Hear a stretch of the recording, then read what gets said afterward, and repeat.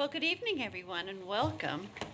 So nice to have our Brattleboro Selectboard meeting both in person and hybrid because it's also available to people on Zoom. This is the Tuesday, July 6th, 2021 meeting. We have already heard that the meeting has been properly warned. And again, I welcome you here.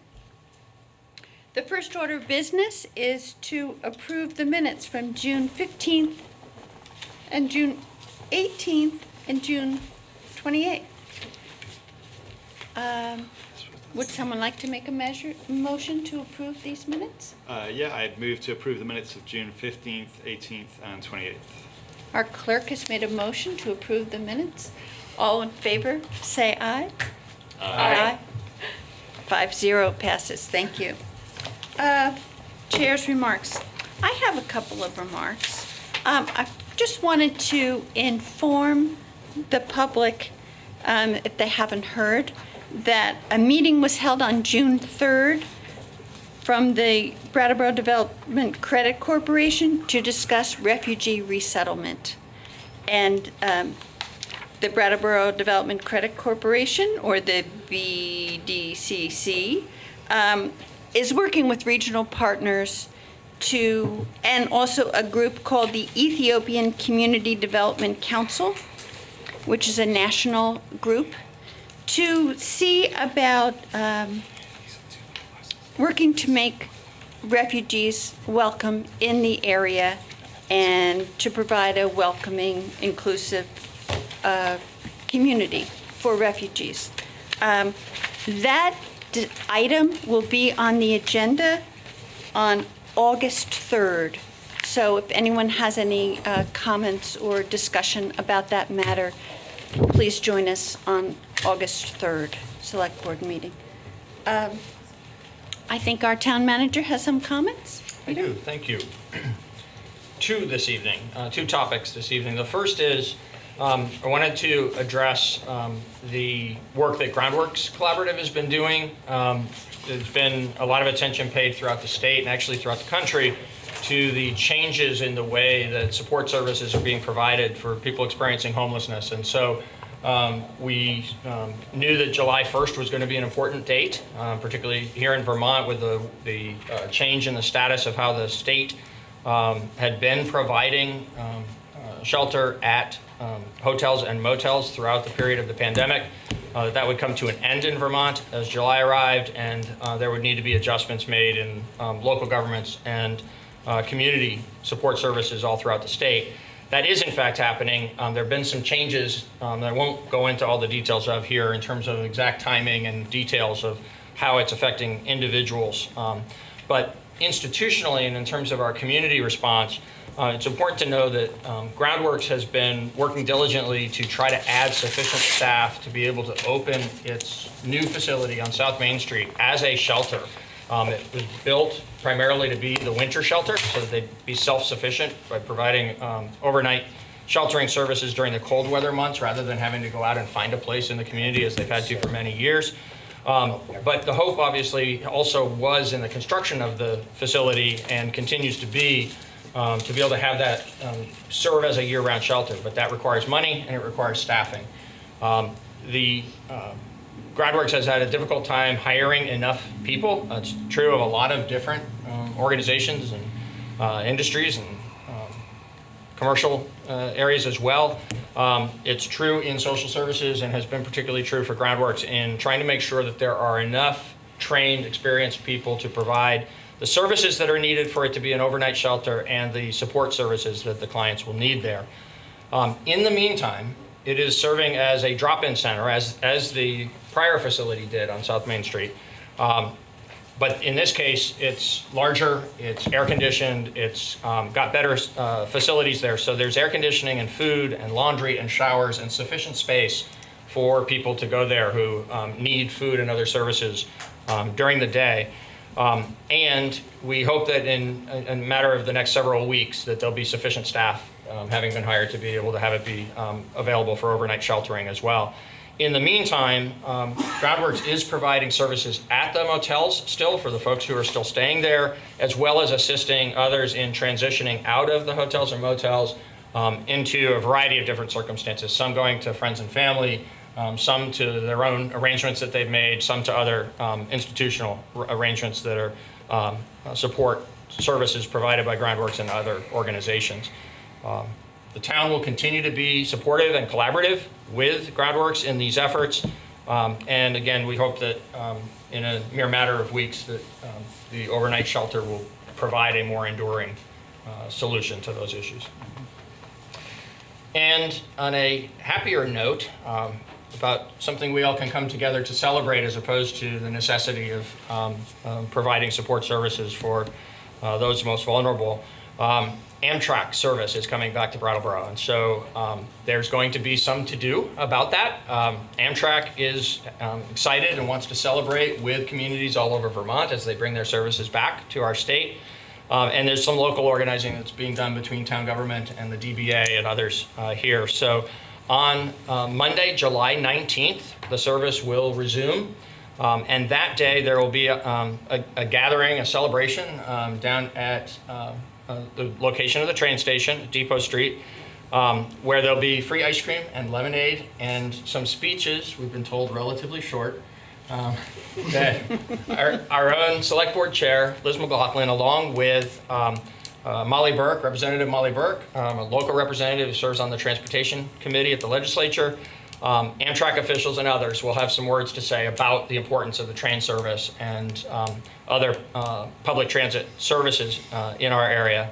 And there'll be an opportunity for people who have the time and interest to take a shuttle bus from Brattleboro. There'll be a sign-up process that'll be made public tomorrow, and there'll be information on the town's website and elsewhere for people to sign up to take a bus from the transportation center here in Brattleboro up to Bellows Falls, get on the train as it passes through Bellows Falls and ride it to Brattleboro, get off the train in Brattleboro and step off into the celebration that'll be occurring. So if you're not able to ride the train, still please come out. We expect it'll be about 12:45 that the train will arrive and all the fun will be happening. And if you can ride the train, then that'll be a little extra experience as well. Thank you, Peter. Are there select board members who have comments or committee reports? Yes, Daniel? Hi, Liz. It's funny to look down the table instead of like staring at the screen.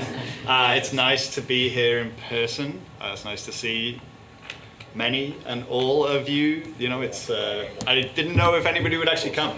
I kind of thought they'd just stay home. And so, yeah, I just wanted to say that. And I wanted to talk about something that was on the front of the newspaper this morning that I don't know if I'm going to steal your thunder, so you should let me know, Jessica. Okay, good. Not stealing thunder. So like a couple of summers back, there was a downtown design planning process that happened. Yes. And I sort of forgot all about it. It was kind of great, and you know, and then the pandemic happened, and I guess it sort of took a back seat. But in the newspaper this morning, there is an article about the downtown design plans kind of thing, study with, I forgot my words, I left them on Zoom. And on the town's website, brattleboro.org, if you go to the departments and then click planning and then scroll way, way, way down the page on the right-hand side, you will eventually come to a thing that says downtown design plan story map. And I was like, I have no idea what a story map is, but I will click it and see what happens. And it was actually really great and really intuitive and easy to use, and a great kind of interactive way to receive all of these kind of findings and reflections and thoughts on how our downtown could be made even more vital. And so go and have a look. And I'm sure in due course we will hear from the Planning Commission and Sue Fillion about what's in it and what it all means. Yes, I spoke to Sue about that today, and she will mention it again this evening, and then she will have more public input and then come before the select board. Great. Yes. Yeah, I just have a big grin on my face because it's been a year and 5 months that I've been on the board, and this is my first in-person meeting, and it just feels so good to be here. So I just want to take a moment to express my appreciation to all of the town staff who made these last so many months on Zoom possible. And I know how difficult it was, and I'm very excited about having this hybrid model, and I think it's going to only encourage more participation. So I'm sure there'll be some kinks, but we'll work them out, and we'll keep moving forward. Great, thank you, Ian. How about this side? I just have to echo some of those words, just say if you see a ridiculous amount of smiles up here, it's because we're all kind of giddy at being all together again. Two out of five have never experienced this on this board, so I think that's a pretty great thing to celebrate. I still feel a little bit overshadowed by I think it's my proximity to this giant screen. But I also wanted to shout out that it's great to see Reformer and Commons friendly faces with us, and Russ at the capable floor manager position, and great to see Patrick sort of in the role of support. So that's all I wanted to say. Great, thank you, Tim. Thank you. Jessica? I have nothing today. Okay, Thank very you. good. Thank you. All right, what is next? Public participation. Are there members of the public who would like to discuss something that is not on this evening's agenda? Yes? Something about the Rotary out in front. Could you please come up to the microphone and tell us your name? Yes, Ron Cargill. I live in a homestead place out on, I don't know what district that is, That's who's the fine. representative there. But this is more involved with the Rotary out front. I've driven through that Rotary many a time. And the other day was the first time I drove around it to go back towards Putney. And I noticed one thing, the little island you have out there has bushes out there which people cannot see cars coming, or the people going can't see the cars coming up, that sort of thing. Now, flowers or something like that would be fine, because that wouldn't grow tall enough to, but the bushes, it's just, it's dangerous. It's an accident waiting to happen. So that's all I have to say. Thank you very much for You're your welcome. comment. It's very helpful, and I see Peter's writing it down, so thank you. Anyone else? Someone who wants to speak to an item that is not on tonight's agenda? Kurt? I'm tickled pink to be here and to see people live. Even if I'm going to criticize or complain, it's delightful to do it again in person. I'd almost say it was delightful to have you. Almost. Okay, I'll not delight you any further. I have two matters to mention. The ARPA funds should be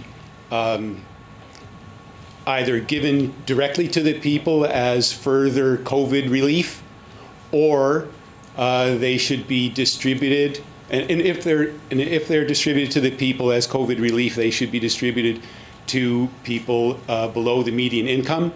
Brattleboro Common Sense economist has prepared papers about that that I will share with you if you like. And it's important to note that those COVID funds are to go into a separate fund, not into the general treasury, so they get treated differently. And the other way to treat them differently would be to provide the people, if they don't keep the money for themselves, to receive the money as vouchers, so that they can prepare their own people's budget and decide how the money should be allocated through the town's regular expenses. And that way, people really have a say-so about their town, where it counts. The other thing is about the short climate emergency declaration resolution that you approved and implemented with the fossil fuel fund on the 23rd of February. One of the provisions in that resolution that originated with the representative town meeting and was proposed by Brattleboro Common Sense was that the town, the people in the town should also use renewable energy, not just, and that was a separate clause. You've implemented and addressed the first one. And the second one, though, a vote by RTM to recommend that the townspeople should all be using renewable energy, is a very significant vote.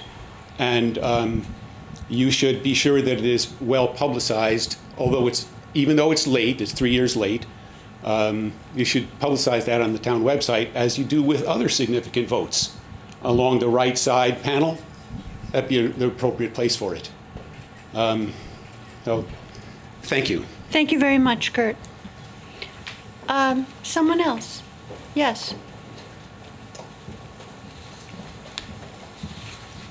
Hi, thank you. I'm not a resident of Brattleboro, but like most people who live around the town, I do business here and, have sort of stakes in Brattleboro. I haven't been to one of You these. have a name? My name is Joseph Runge, and I just had a question. Maybe I'm not supposed to ask, maybe I'm supposed to wait till August 3rd, but I did have a couple questions about what I read in the paper about immigration into Brattleboro and refugees, just that I was curious about, that I didn't see clarified, like, where these people would be coming from, what country, and how many of them, over what type of time period, just basic information. I don't have those answers, and so perhaps it would be best to wait till August 3rd. Okay, you guys will know by then? I'm not sure. We're going to have some representatives. We will have, correct? people from the Brattleboro Development Corporation speak to it, and the Ethiopian group as well speak to it at that time. So there's not even like a ballpark guesstimate figure for numbers and places and... Not that the select board has. No? Okay. All right, sorry to be such a pest. I Thank you. recall that there were 2 news articles about it in the last week, and they had some figures in there, so take a look. Maybe have copies.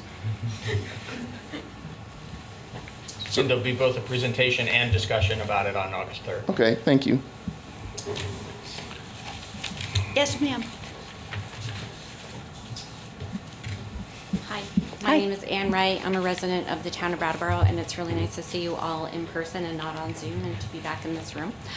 I want to say how very, very excited that I was when I heard about the refugee resettlement program on VPR back whenever it was, and I think that this is a great opportunity for Brattleboro and southeastern Vermont. I think it's going to help us culturally and economically, diversity-wise, and in so many ways. And I have already reached out to the executive director of the BDCC to tell him how excited I am, and also to offer my support. And I'm really excited about this. So however I can be of service in this community, and with others that I know in outlying communities that are also going to be affected, hopefully, I just want you to know, I just think that this is, I'm so excited by this. I cannot tell you how much. And I just want to thank the select board for, I believe what I understand from my reading is that while BDCC is shepherding this, that the select board is actually offering its support as well. So thank you. Thank you for your comment, Ann. Yes, ma'am. Hi there, I'm Audrey Garfield. I live in Brattleboro. It's been many years since I've been in this room. I want to echo what Ann said, and also just add that I think it's, I too am very excited for the prospect of the refugee resettlement program. And I think that it's unfortunate that the word refugee is such a loaded term and has so many negative connotations, because refugee folks really add to the social and economic fabric landscape of a community. They're statistically skilled labor, more likely to start a business than US-born citizens, and also usually a younger demographic, which is nice for Brattleboro with our aging community. If I have any concerns, it's actually for their well-being. Brattleboro, like most communities across the United States, has to reckon with our racism and our xenophobia. And I hope that we will choose inclusion rather than exclusion for this program. So thank you. Thank you for your comment. All right, is there anyone else? Yes, Gary. They don't under the same panels or come up to the mic? How you doing, everybody? Good to see everybody back. Can you hear me? Is this mic on? I don't know. It doesn't amplify your voice. Oh, For the TV. oh, thank you very much. I wanted to ask, I guess, I don't know if this goes with Daniel or with Peter, with the monies that they're doing for the people leaving out from the hotels, I was just trying to get an estimate or guesstimate of the amount that they're getting to relocate into new housing with the monies that they're getting, and then with that, also with the new stimulus that they're having with BSHA. Because I just found out with Vermont.gov, they've already started up doing also a program. They're starting within a week or two with the electric. I called them up today and with the board, but I'm just trying to get an idea what, I mean, if they're gonna have something put out there for them, because people were asking, I think I didn't really have too much info there. Right. I'm going to choose to answer. We typically don't get into like discussion in this pub, but you're asking for some facts. Yeah. So what you're referring to is a number of programs that, you know, mostly state programs to do with getting people into housing. There's a large amount of money available to get people into housing, paying things like security deposits, paying for moving costs, Okay. that kind of thing. That has been the case for quite some time now. There's a program called the Rapid Resolution Housing Initiative. I work at SEVCA. This is why Gary is asking me this, and we have something to do with some of this stuff. And that has been going now for over a year. It's actually just been extended for several more months. And speaking frankly, it is a mixed bag. You know, it's all well and good to have dollars available for housing if the housing is not so easily available. And then you're also talking about another program that VSHA ran, which is the Vermont State Housing Authority. They have money available through their Money to Move program, through the Vermont Emergency Rental Assistance Program to get people into housing. Again, lots of money, good program, challenging to get people into housing. And I think, you know, you talked about a stimulus that folks who are in the emergency housing program, which you might know as the motel program.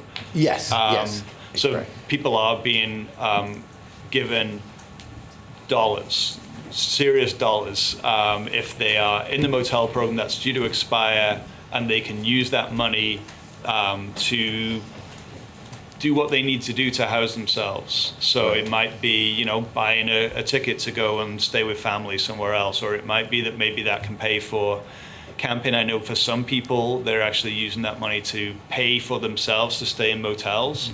I think it's worth noting that, like, when people have to pay for themselves in a motel, it's like the most expensive way to house yourself. You're talking like $60 to $80 a day. So if you do the math on that, that's a lot of money every month. So yeah, there's money available, and if people in the community need help with getting money for overdue rent or other overdue bills, they should reach out to SEVCA. Our phone number is 802-254-2795. Okay, because the only thing is this, a lot of them want to do it online. Is there a way that they can go, a place they can go to go online? Yeah, so anyone that is currently struggling with housing, whether they're precariously housed or like homeless, is most likely connected with an agency. Groundworks is the agency for people who are experiencing homelessness, and SEVCA tends to work with people who are housed. But we both work with many, many people in the community and connect them with these programs and support them. So there's lots of support out there. Nobody is, you know, kind of hung out to dry. It's a challenging situation, and I think Peter in his comments spoke to some of the complexities of it. Okay, because I didn't know if there's another meeting with Groundworks. I think I heard you mention something with Ground. They're going to be meeting again to talk about where they're at. They just opened today, correct? No, the drop-in center has been open. What they're working towards is being able to extend that so that it'll continue to be open over the overnight hours as a shelter rather than just for the daytime hours as a drop-in center. Okay.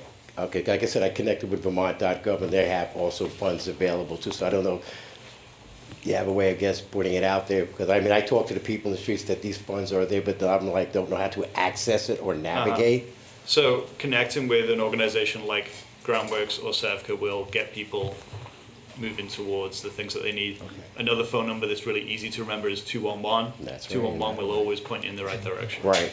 And they have places they can just get online. But the only downside to that I came to with that is having the information that they need when doing that. They said the application takes approximately a half hour to fill out. You have to have, from the last time, now you have to have, if you're getting utilities, your W-2, your landlord statement. So there's a hurdle for a lot of people that don't. So I didn't know if they can have people that can come maybe or talk to them that can help them get these resources to get it together and then along with finding housing is another option, another obstacle, should I say. So I didn't know if that's something, because I was talking to Josh, and maybe we can set up something and see what other organizations and put it out there, because people are calling me and I'm trying to send them, like, I can send them to you, but, you know, or the library, they can get, but a lot of, like I said, don't know how to navigate the So this is computer. my job. Like Yeah. when I'm not here, like they can come to me at 7. I'm gonna flood you with a lot. We have multiple staff working on this. Right, Groundworks right. has staff working on this as well. Okay. Other agencies, you know, we're not the only games in town. Wyndham on Winter is working on this too. Okay.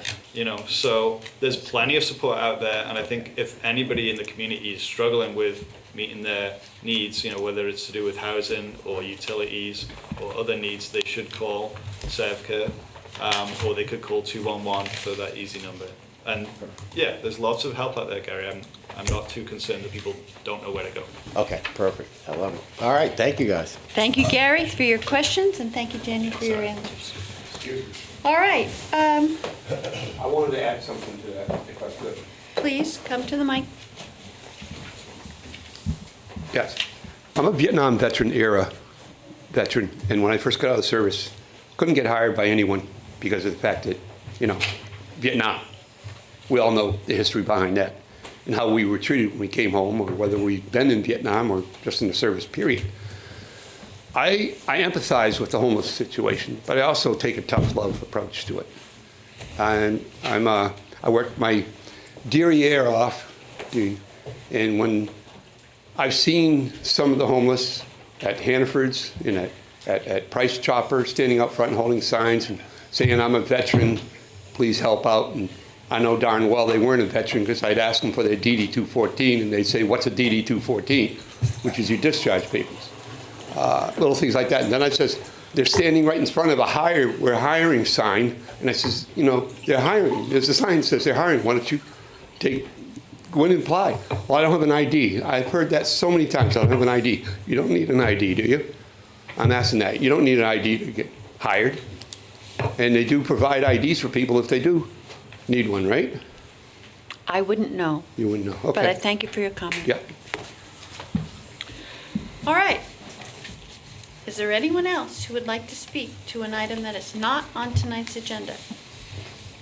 Seeing none, our next item is the consent agenda. Now, there are 9 items in the consent agenda, and if the select board pleases, I would entertain a motion to approve the consent agenda. I move to approve the consent agenda as presented. Great.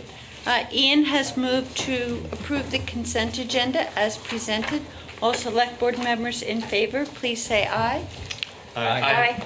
Aye. Okay, that's 5-0, and the motion is passed. Thank you. And what is next? Next, I would welcome a motion to convene as liquor commissioners. I move that we convene as liquor commissioners. Jessica has moved that we convene as liquor commissioners. All in favor, say aye. Aye. All right. Sorry. The first item is the Retreat Farm liquor license. Peter, would you like to present that? Sure. So there are 2 liquor license matters before you this evening. As you said, the first is Retreat Farm. We have a representative of Retreat Farm present who can fill in more details about the intentions here, but there have been alcohol sales under special event permits for different kinds of activities that have gone on at Retreat Farm. This is sort of institutionalizing it, where Retreat Farm will be the actual licensee, so that this can be offered in a more streamlined manner for the different events that go on there. Town staff has reviewed the application materials, finds them to be in order, and with just the comment that for now, the limitation will be for outdoor activities, and that for each outdoor activity, there'd have to be a clearly designated area for the alcohol to be dispensed and consumed. With those two standard conditions, we would recommend the select board's approval. Are we going to use the table? Like to We don't have to. speak or to the microphone. Either at the table or at the mic, whatever's more comfortable for you. It's up to you. Okay, so, Chair.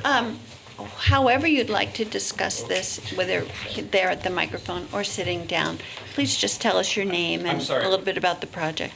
I just got excited about it. It's okay. I understand, Tim. My name is Lindsay. I'm the Managing Director of Community and Impact at Retreat Farm.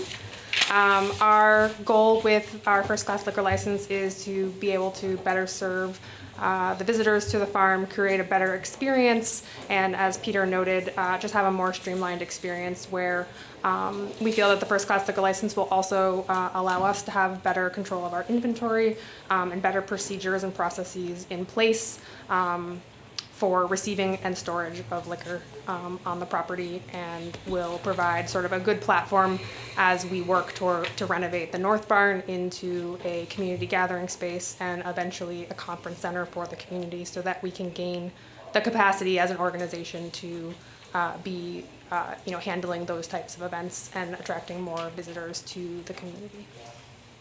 Great, and you're having gatherings every Thursday evening for the next foreseeable future? Correct. We have food truck roundups on Thursday evenings, and we are also doing a variety of events in partnership with other arts organizations like the Brattleboro Music Center, Farm to Ballet, and the Sandglass Theater. So it's just to support those events. We do have museum permits, special event permits that we have already submitted for those events, but we would like to still continue to pursue and hopefully gain your approval for the first-class liquor license to be able to have more flexibility in our planning of events and to be able to meet the needs of other organizations who want to host gatherings at the farm. Great, and thank you. Is there anyone on the select board who would have a question? Tim? Just curious, you mentioned the North Barn. When is that slated to be completed? Is that a sore subject? No, it's not a sore subject. We have a pending application with the Northern Borders Regional Commission, and then we are also in the late stages of submitting a grant application to the EDA. And so if those two funding sources materialize, we hope to break ground towards the end of this year or early next year. But we did secure a $2 million loan from the USDA for that project, so we're about halfway there right now. Well, congratulations, that Thank you sounds very great. much. All right, would anyone like to give us a motion?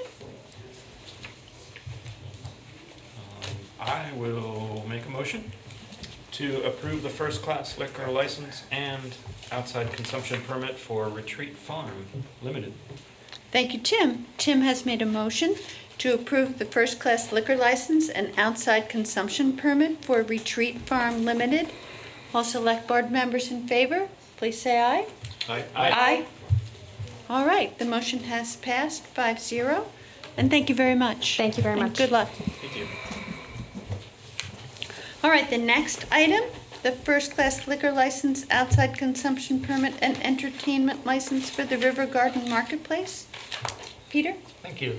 So this also is a location where there has been alcohol served and properly permitted many times over the years for special events. And the folks who are acquiring ownership of the River Garden are asking for a liquor license, outside consumption permit, and entertainment license for the purposes of the new operation that'll go on there on sort of more of an ongoing basis, as opposed to, again, the special event status of what has allowed alcohol sales and sampling there in the past.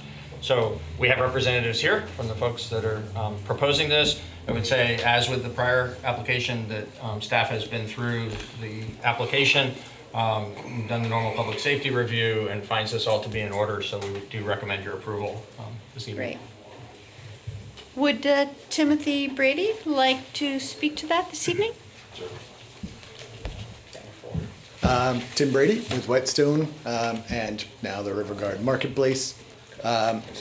We basically think that, we had been looking for space to do larger events. As you know, Whetstone tends to be a little difficult to, arrange space for the baby shower or the bridal shower or, corporate events, lunches. Frequently, we're asked to host such things. And so, having seen the River Garden for sale for some time, it kind of just cultivated the idea of maybe helping it reach its kind of destiny. I feel that it was perhaps an underutilized space for a long time. And so our plan is to create a craft marketplace, a combination of craft artisans, makers, local and Vermont Vermont adjacent vendors, combined with a craft beer bar, which is certainly kind of our passion, celebrating beers from around New England predominantly. A craft kitchen, which will be a rotating series of chefs and menus, incubator space for those that perhaps dream of opening a kitchen of their own and might benefit from the experience that's necessary to kind of from the back end and business side of that, where we'll be working alongside of them, and an entertainment space. We're working with a group that books comedians. Obviously live music is something that we're passionate about, and we do, which is why the entertainment license. And finally, meeting space, which is something that we've always wanted. And the lower level of the River Garden will basically become function space, which will be easy to cater because we will have a kitchen and a bar upstairs. So that's kind of our vision. We're working with the Main Street Flea, which are the group that organize the Gallery Walk, Flea Market, Craft Artisan Fair. They'll be arranging that portion of the space for us. We anticipate about a dozen local artisans at any given time, rotating as well. And we're hoping to open by, I say mid-August, but by Labor Day. So. Well, that's excellent. That's the first time I've ever heard the highest and best land use described as destiny. And that's great. Are there select board members who have comments or questions for Mr. Brady? Yeah, I've got Yeah. a quick one. Do you think it will have regular hours, like every day? Or when I hear venue, event space, I sort of think maybe it's something that's happening kind of based on what's in town. Nope, we'll be open every day except Tuesday and Wednesday from noon till 8, and on the weekends later. Wow, great. Great. It sounds like a really great resource for the creative entrepreneurs in the town. Thank you. Yeah, we're Yeah. excited to help maybe give them a retail presence that some of them have, in conversations with others around town. That seems to be something that a lot of them have delved the idea of a retail opportunity, but there's a ton of overhead to that. And we're hoping that kind of this combination of us, the beer bar kind of paying the bills, we might be able to provide that kind of support and create a cool environment at the same time. Well, that sounds great. We'll take a vote and, Well, I'll just say that, Yes. when I heard rumors of this happening, and I think it's a great opportunity for you guys and a great opportunity for the town to have responsible owners here. And, as it comes to the liquor license, which is what we're talking about, I think you can make a very good argument that the Whetstone folks have been very good with all of our requirements and been responsible members of our community. So I think I'm pretty excited for the opportunity for both the town and you. Thank you. great. So I'll entertain a motion to approve. Make a motion. Great. I move to approve the first-class liquor license, outside consumption permit, and entertainment license for River Garden Marketplace. Great.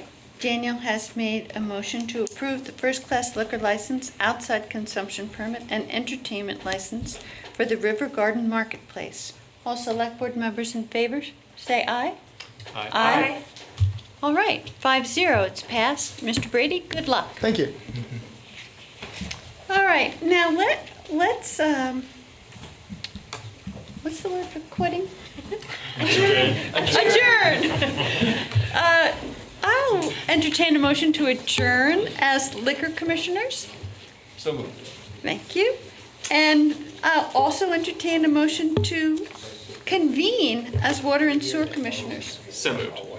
Thank you. I need to vote on You Tim's may not have motion. voted on the Madam Chair, I but suspect it'll be an easy vote, but Which didn't we vote on? The adjourning or the... didn't vote on the agenda. Okay. Let us adjourn as liquor commissioners. All select board members in favor, please say aye. Aye. Thank you. That motion has passed. Now, convening as water and sewer commissioners, all in favor, say aye. Aye. aye. There we go. All right. It's okay, we lost most of our audience. Peter, would you like to discuss the water treatment facility project financing? I would, thank you.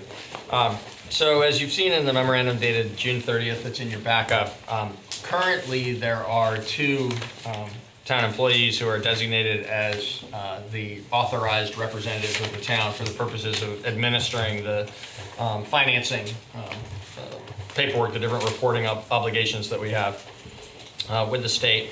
And that's Public Works Director Steve Barrett and myself as town manager. The direct oversight, we both will be providing oversight to this project, but the direct oversight of the work there and the contract administration is going to be done by Dan Tyler as the effectively the Assistant Public Works Director by the title of Public Works Highway and Utilities Superintendent. And so what we're recommending is just for more efficient administration of this administrative side of this important project, that Dan Tyler also be designated by the Select Board as an authorized representative of the town. This was actually suggested to us by the state folks who are administering this because they know they're going to be dealing more frequently with Dan than with Steve or me. We'll just make it easier for everyone involved. That sounds great. Does anyone have any comments or questions for Peter on this matter? Seems Great. pretty straightforward. Then I'll entertain a motion. All right. I'd like to make a motion to approve the designation of Department of Public Works Highway/Utilities Superintendent Dan Tyler as an additional authorized representative of the town of Brattleboro for water treatment facility project financing. Thank you, Jessica. Jessica has moved to approve the designation of Department of Public Works Highway Utilities Superintendent Dan Tyler as an additional authorized representative of the town of Brattleboro for water treatment facility and project financing. All select board members in favor, please raise your hand and say aye. Aye. Aye. Okay, the motion has passed 5-0. And there's a second item, May I introduce? please. Dan, thank you. So Dan Tyler, who you've just empowered on the other project, is actually going to make Town of Brattleboro history here in a moment. He's going to appear on the screen, fulfilling our intentions of having a hybrid meeting. There he is now. There we go. Oh, welcome. Dan is going to present this next item, which is related to the purchase of 2 replacement vehicles for the Utilities Division. Okay, Good Dan. evening. So we are looking for approval to purchase 2 utility vehicles. Like the vehicles that you approved prior in the consent agenda, these would be purchased through the state bid system. The first is a replacement of a full-size pickup that we're looking to reduce the size of that vehicle and purchase a small hybrid SUV, Toyota RAV4. We feel we can, that pickup, is really used for transportation and its ability to seat multiple people for trainings or whatnot. We can achieve the same thing with the smaller vehicle and have better fuel mileage and save some money. So with the trade, the final cost of that vehicle would be just under $19,000, and we have $36,000 budgeted in the capital replacement plan for that vehicle. The second vehicle, another full-size pickup. This vehicle is at the wastewater treatment facility, used for day-to-day operations, snow removal, whatnot. So that would be replaced with a similar vehicle. But what we'd like to do there is actually trade a 2012 Chevy pickup that the maintenance division is currently using. It wasn't up for replacement, but we feel the current vehicle at the wastewater treatment plant is in better condition. They don't put a whole lot of miles on it down there. So it felt right to keep that truck, trade the one that the maintenance division is currently using. We'd still come in under the $42,000 budget by $500. Again, both of those would be purchased through state bid. They'd be ordered and probably available in the fall. Well, thank you, Dan. Are there members of the select board who have comments? Nope. I appreciate Dan for making history, and Yeah. I think we had a little bit of a kind of parent trap moment with the two of them on the screen. All right. Then I'll entertain a motion. Unless there's any members of the public who would like to comment. Nope. All right. Don't see any hands. We have to be looking at Zoom as well for hands. Patrick will tell me if there's any Zoom sure. hands. I certainly will. Yes. And I could make a motion if you'd like. Thank you. I'll make a motion to approve the purchase of a Toyota RAV4 hybrid from Alderman's Toyota of Rutland, Vermont, in the amount of $18,731, and a 2022 Ram 3500 from Central Chrysler Dodge Jeep Ram of Raynham, Massachusetts, in the amount of $41,500. Thank you, Tim. Tim has made a motion to approve the purchase of a Toyota RAV4 hybrid from Alderman's Toyota of Rutland, Vermont, in the amount of $18,731, and a 2022 Ram 3500 from Central Chrysler Dodge Jeep Ram of Raynham, Massachusetts, in the amount of $41,500.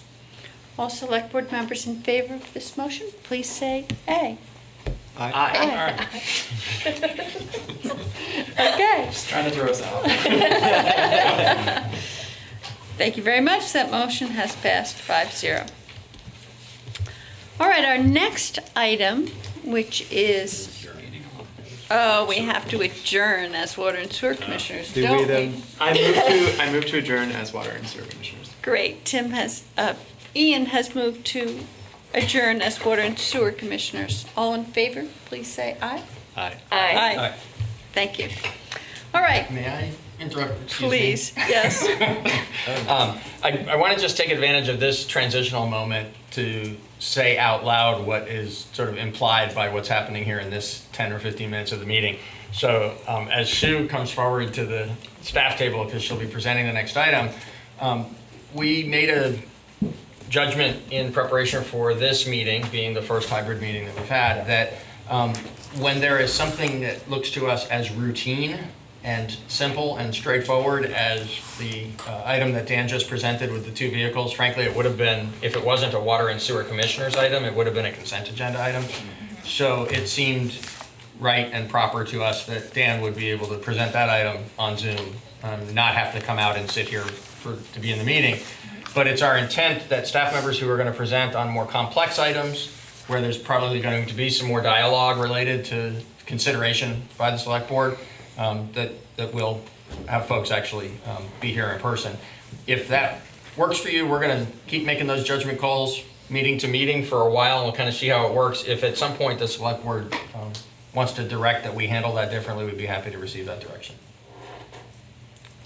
I think you've got a lot of head nods, so thank you, Peter. It seems like a great use of the tool. In Yeah. the meantime, we can Right. blame the chair and vice chair if we don't like that sort of. Well, no, I think you No, should. actually, you can blame me for that one. Thank you. You'll find something. But you could always, discuss with the chair and the vice chair your comments and Oh, really? concerns. Yes. Kind of you, thank you. It is kind of nice that, I mean, in the old days, we would have staff members sitting there for sometimes Right. 2, 3, 4 hours before their thing came along at the end of their workday. So this is a good way to treat our staff, well, the town staff well. Yes, Thank you. and it's efficient. Yeah. Apart from Sue, you got to. All right. Would you like to introduce Sue, or shall I? All right. I'd like to introduce Sue Fillion, the planning director, to discuss the amendments to the land use regulations. And this is our second public hearing. That's correct. Thanks, it's nice to all see you. I would like to say it's like riding a bike, but I feel really nervous again. What am I doing here? As you mentioned, Liz, this is a second public hearing for a slate of zoning amendments that the Planning Commission has put forth. There was a Planning Commission public hearing back in May, and then on June 15th, I think it was the first Select Board public hearing. So we're hoping at the end of tonight, after taking public comment, that you will take a vote on whether or not to adopt these amendments. Just real briefly, they're kind of a set of zoning amendments that the Planning Commission has worked on and off on since probably 2017. And they cover kind of a couple different areas. There's some changes to the sign regulations, some which came at the request of the Development Review Board, looking for a little bit more flexibility for unique signs that might come their way. Some were changes, some tweaks that we felt we needed to make to stay in compliance with state and federal law. The kind of large one that you've seen before is right now we have an interim zoning bylaw that has made some changes to the residential neighborhood zoning district and also removed density caps. We found that it's been really effective in creating some new housing units, and we know we're really short on those. So we'd like to just go ahead and make that a permanent change. The interim bylaw that you passed last September is valid for 2 years, but we haven't had any issues with it, so we'd like to make that permanent. And then there's some other minor amendments, most of which are meant to kind of ease up on some design guidelines that we felt were a little restrictive and could be standing in the way of some housing development.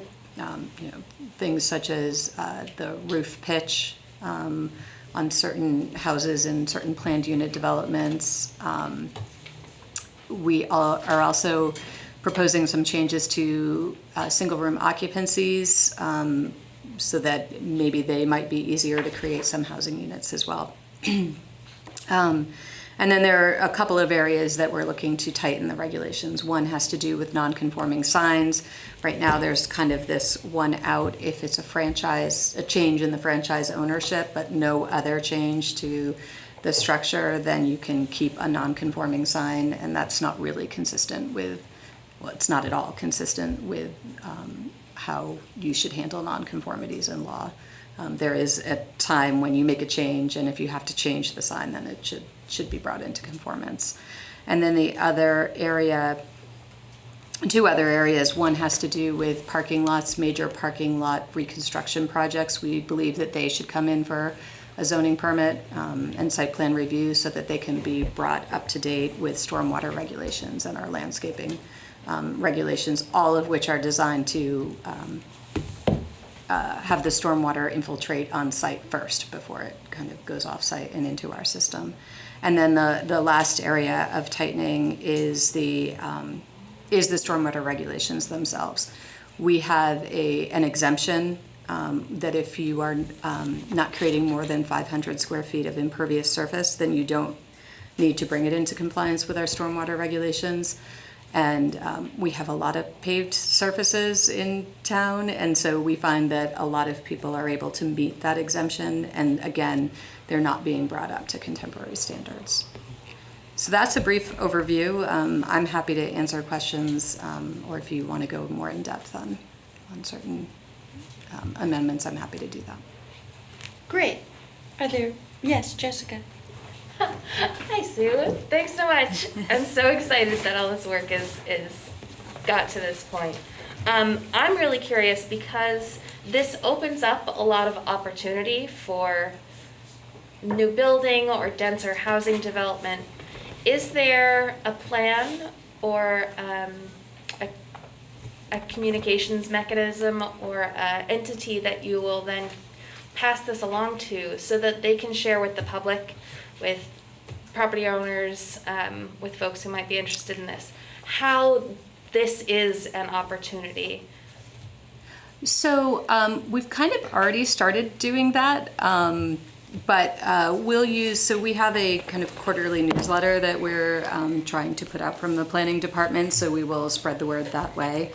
You can go to the planning department's, you'll be directed to the planning department's website a lot tonight, but if you want to sign up for the e-newsletter, you can do it on that site. So that's one way we'll spread the news. Well, we can put out a press release. The regulations, if they're approved tonight, if the amendments are approved, they're not valid, I think, until 15 days afterwards. So we'll put out a press release.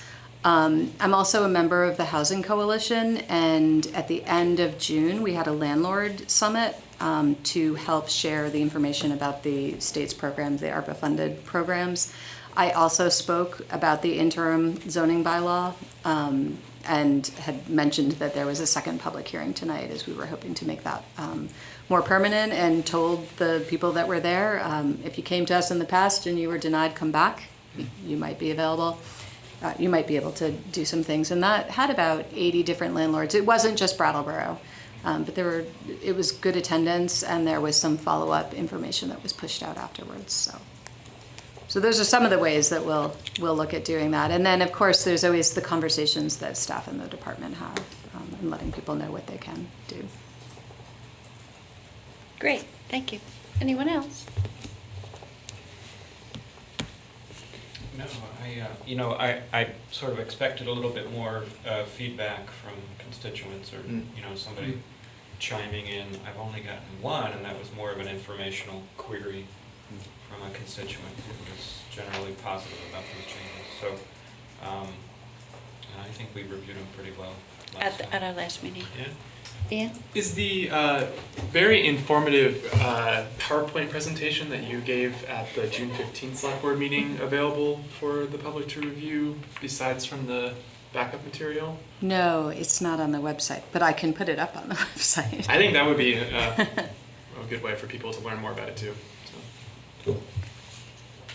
Well, I would just like to say that I'm very much in favor of this set of changes, and I think, we're relaxing things that needed to be relaxed and strengthening things that needed to be strengthened, and I think that's just the essence of planning, to tweak what we have to make it better. And in this instance, I think we can see that it's more likely to create new housing units, which is a good for the town. So, do you think, are there any members of the public who would like to speak on this issue? Patrick? No, ma'am. All right. At least not on Zoom. Nope. Just, Okay. forgive the nerdy procedural question, but did we make a note that we were opening the public hearing? Yep. Okay. So it would be appropriate before moving to a motion to close the public hearing. Great. Tim, would you like to close the public hearing? Or do we vote on that? I can just think announce you it. can. Yeah. Great, all right. The public hearing has come to a close. And I am open to a motion to adopt these recommendations. Yes. I would like to move that we adopt the amendments to the Brattleboro Land Use Regulations as proposed. Great. Jessica has moved to adopt the amendments to the Brattleboro Land Use Regulations as proposed. All select board members in favor, please say aye. Aye. Aye. Aye. That's 5-0. Sue, thank you very much. Oh, while I have you. Yes. Would you like to say anything about today's front page above the fold article about the Yes. Thank you, Daniel. downtown plan? Welcome. Yes, so about a week ago, I guess the Planning Commission released the downtown plan, which, as Daniel had mentioned, really took place during 2019. We finished it up last summer and took some time to review it in light of COVID and making sure that we were comfortable with it. There are a lot of suggestions and actions in the plan, so the Planning Commission is interested in getting public feedback on it. To help kind of prioritize maybe what should be, what are the priorities actually. So we will be back to present it to the select board once we've had some feedback. And it is on the planning department webpage, and I apologize, it is way down, but we have a lot of material. So on the right-hand side of the planning department's page, there's some headers, and look for the downtown plan, and you can get a link to the story map. It is fun to look at. You've got some time. Okay, thank you very much. Thank you. All right. New business. Proposed mural in the High Grove parking lot. Peter? Yes, so we have one of the two artists here this evening who is proposing this. And by way of introduction, I would just say that as you've seen in the memorandum dated June 30th and in the materials that were provided by the artists, the proposal, in addition to having been reviewed by town staff, has been reviewed by and is one of the funded projects by this year's, the panel that funds uses the Town Arts Fund annual appropriation to fund various art projects. So in ways that I know you're better prepared to describe than I am, this is not only meant to be public art that will last in a very visible public space, but actually a project that involves public participation as well. Hello everyone, it's nice to be here. So I have proposed this mural and you guys have the images I think there with you, and part of the exciting thing is I'm asking people to tell me what they find special about Brattleboro so that I can incorporate that into the mural. I just feel a lot of gratitude and luck to be able to do this project. The one question that I'm thinking of that came up as I was going through the process that I did not put on the application is I'm realizing that scaffolding will be really helpful to the project in order, a ladder will just make it very restrictive and movement-wise, and I'm wondering if that is something that I can ask for permission tonight. Also, thank you so much, Peter, you've just been so helpful these last few months. I really appreciate your help. Sure, so you're welcome. And yes, on the scaffolding, what I would suggest is that if the select board is otherwise inclined to approve this, as it's been presented to you today, that you add a condition of approval that any use of scaffolding would be subject to staff's approval, and then we can conduct a proper review of it later. Great. Just please tell me whether we're speaking to Nina or Emily. Nina. Thank you, Nina. Okay. Does anyone have any questions for Nina regarding the mural? Yeah, I've got a couple of very basic questions. So it's interesting to hear the need for scaffolding. So you got a grant from the Town Arts Fund to make this happen.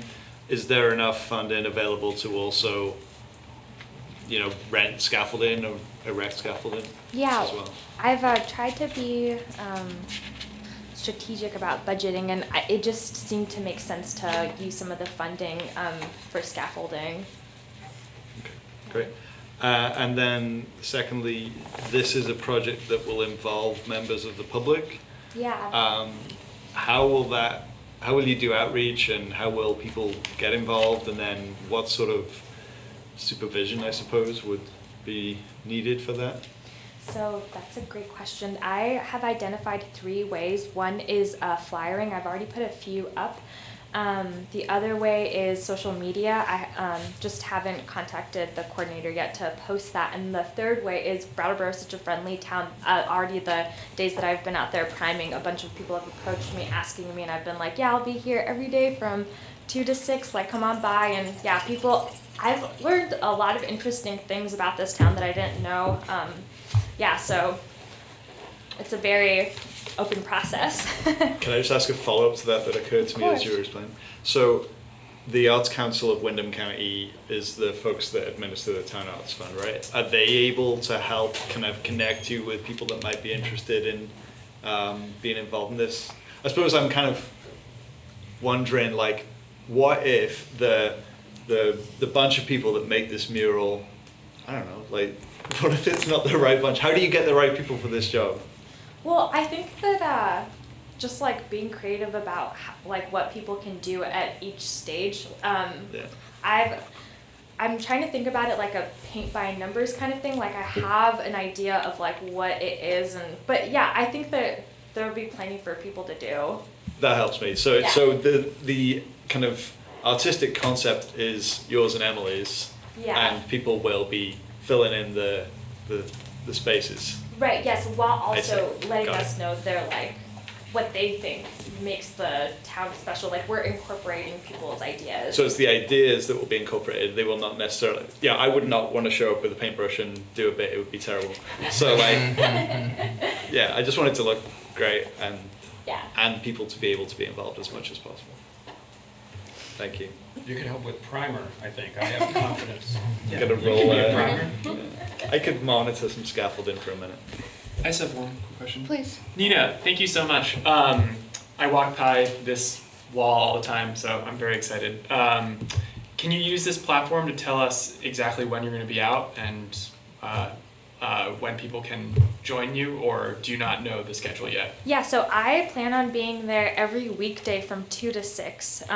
So yeah, anytime in the afternoon, people should feel free to come and hang out. Great. Yeah. Awesome. And then is there an online way for people to contact you?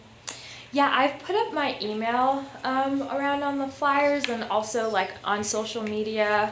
People are, yeah, that's like I think I've been like pretty open and welcoming for people whoever wants to talk and. Right, it's just that this is an opportunity for you to further tell the public how they get in touch with you.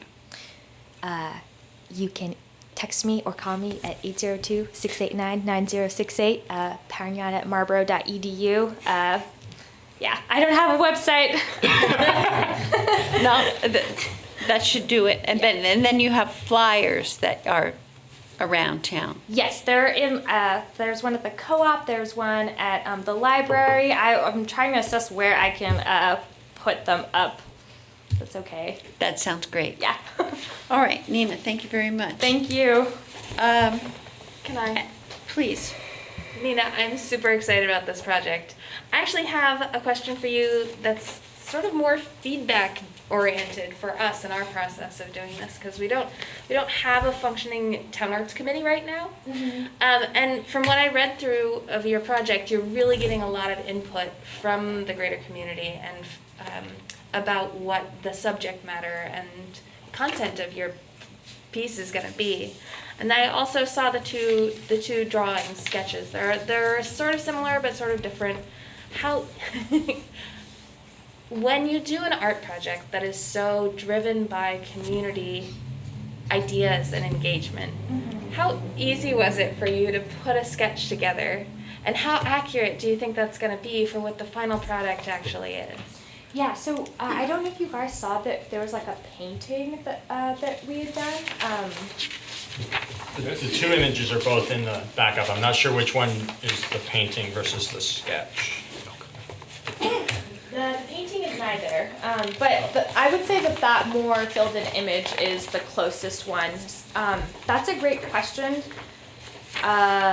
I think that honestly what's driven it is like the question about what makes Brattleboro special. I've also been spending a lot of time thinking about that, and yeah, the Wantasticate and the river and just like, I don't know, animals and plants, like the real simple, nice things, like it was important to me. Yeah, I could get into it, but like as Brattleboro's been changing a lot, I've been thinking about murals and what their function is, and I think part of it is like preserving a quality of the town that yeah resonates with people. And so, yeah, I think Brattleboro is a special place and has a lot of different things going on, and just wanted to, that was like a little snapshot of it.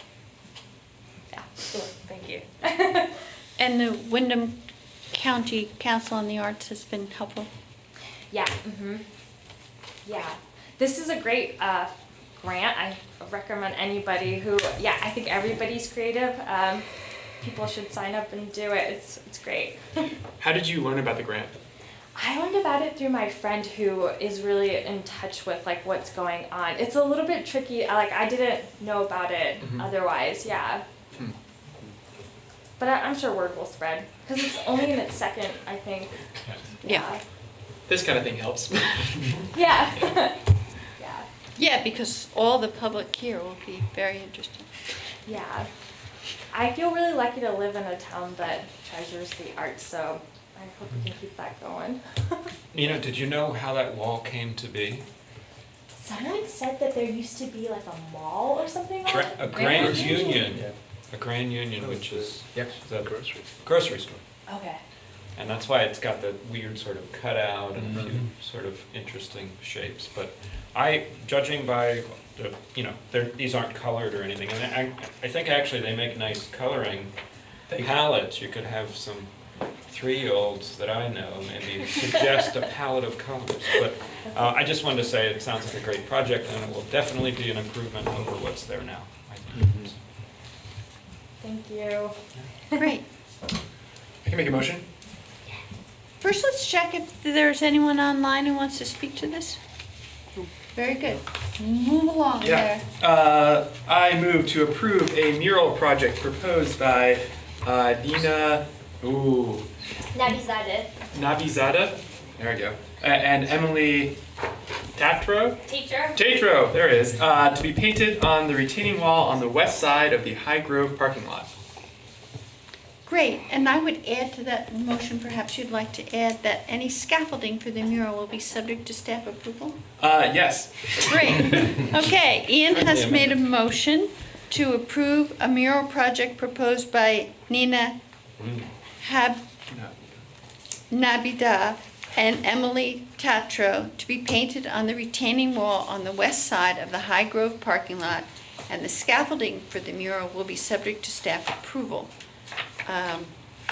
All select board members in favor of that motion, please say aye. Aye.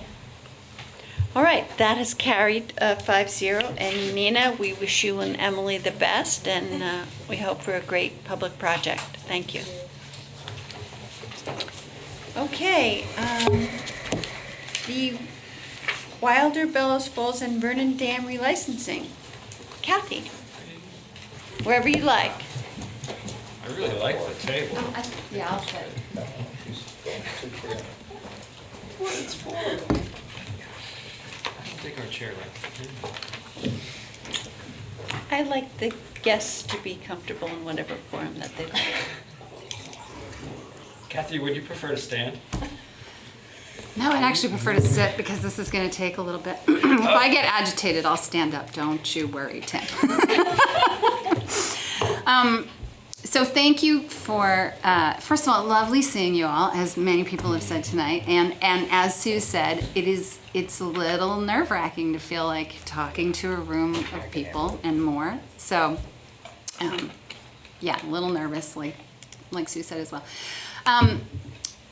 I have been reaching out to all of the towns along the river between the Massachusetts border and essentially like Haverhill, New Hampshire, Piermont, Vermont, over the past 6 months or so, since February, to update the towns on the relicensing of the Wilder, Bellows Falls, and Vernon dams. And so that's why I'm here tonight, and I'm going to take probably 25 minutes. I'll talk as quickly as I can, and I'm going to stuff too much information into your heads in a short period of time, except Liz, who understands these processes, with the hope that we'll also have some time to answer questions if need be. So, and Patrick, I think, can you share the PowerPoint slides?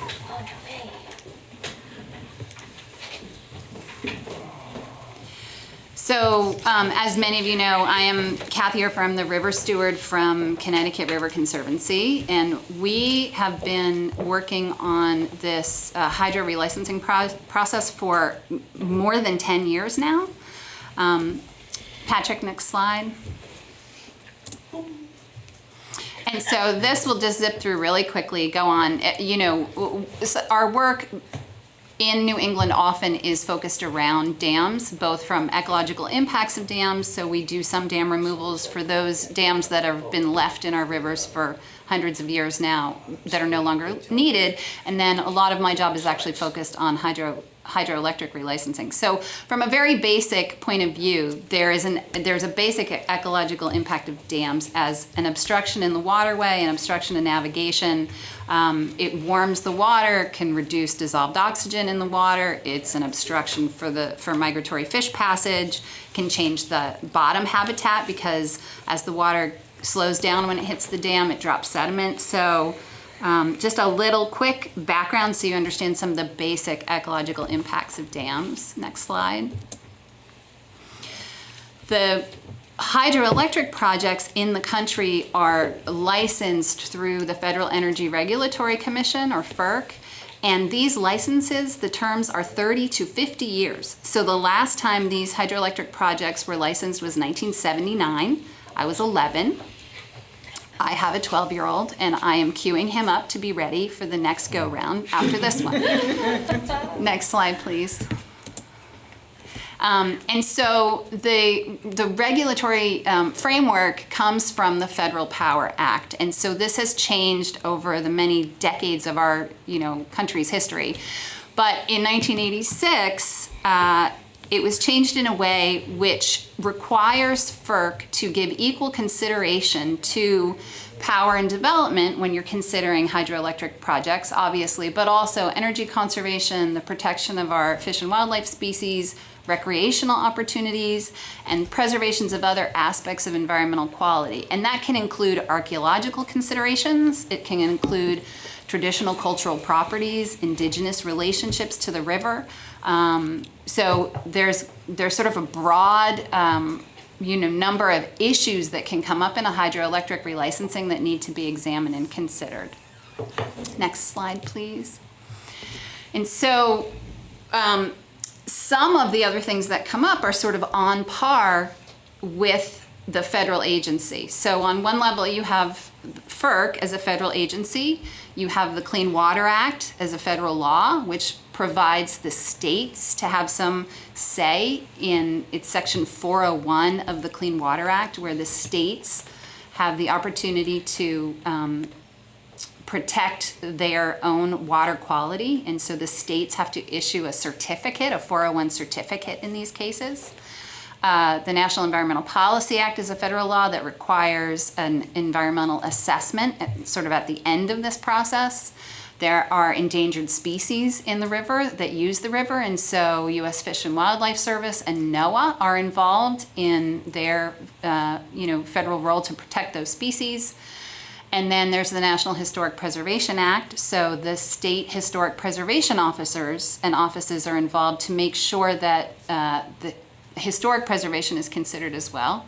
And then over the years, because of the importance of recreation to our federal economy, recreation was included as a consideration in hydro relicensing.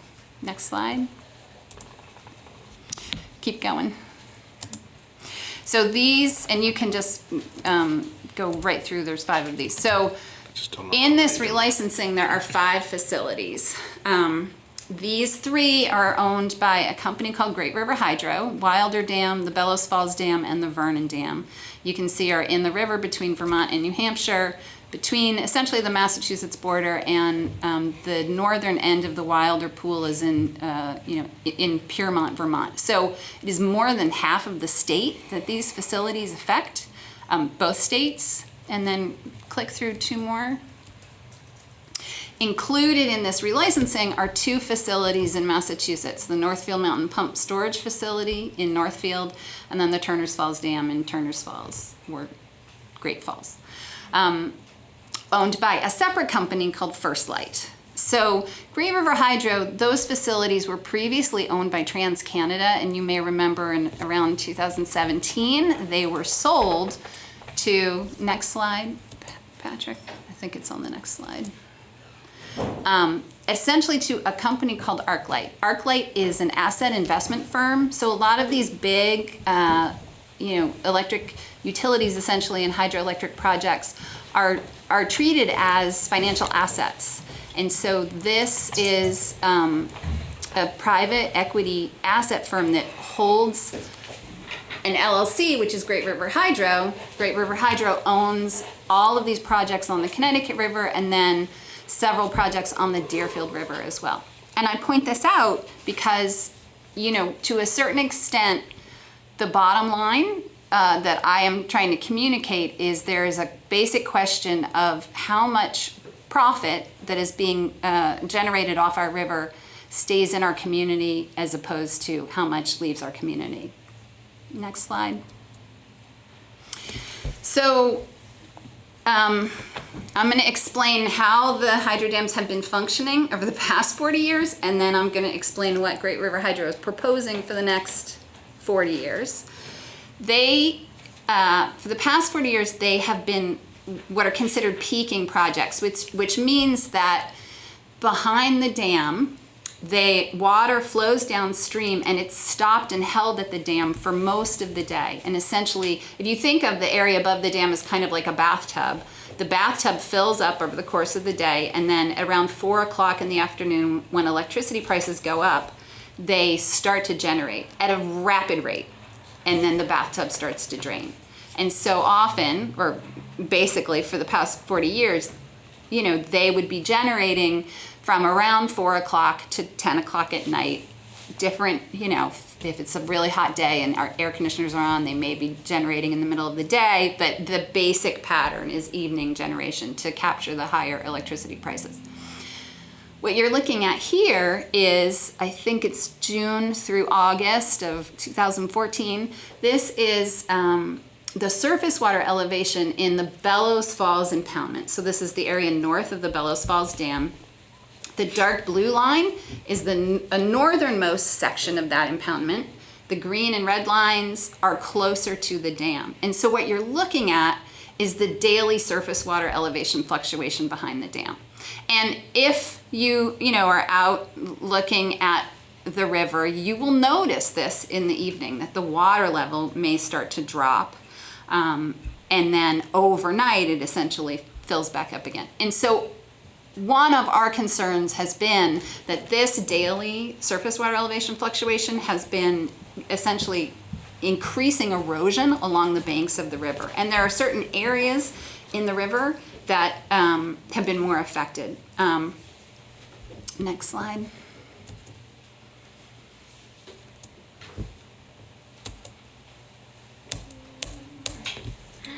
Oh, that's not cool.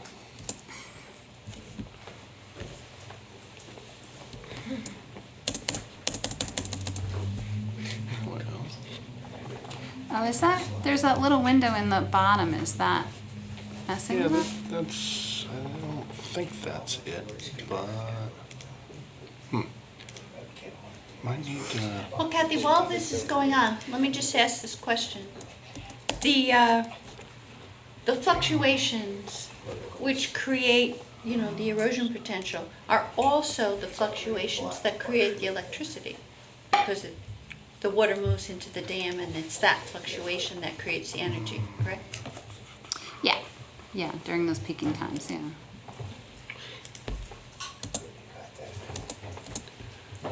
boy, Kathy, sorry about this. That's Having okay. a bit of a, Did anyone else have a question? Oh, here we go. So, so just to go over the next slide is the history. So this process started in 2012. Generally this relicensing process is supposed to take 5 years.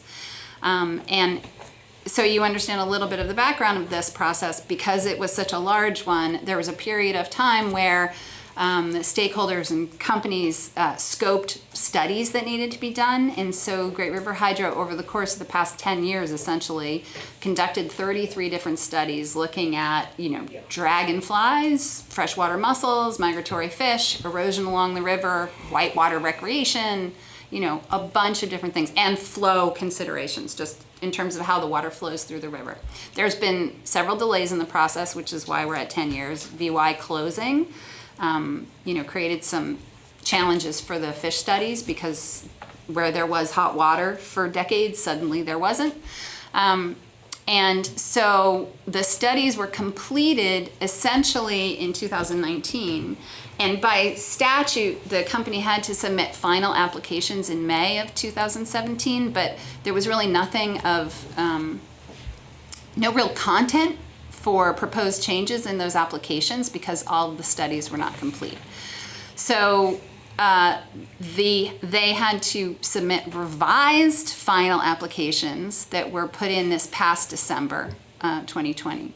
And so Great River Hydro and many of the stakeholders involved in the process had discussions over the course of the past year. So when we were all in lockdown COVID, I was meeting with the company too many times. So between May and November, but we were able to come to some agreement about how they could change operations to be more sensitive to the river. And we're really glad to say that we came out of those discussions with what we consider a win-win situation. So how the company will be operating over the next 40 years is going to look very different than what they've been doing for the past 40 years. Next slide, Patrick. So this is, again, similar to that other graph. These are modeled operations for various different years, 9 different years from, I think it says July through August, right, Patrick? I can't see. To October. Okay.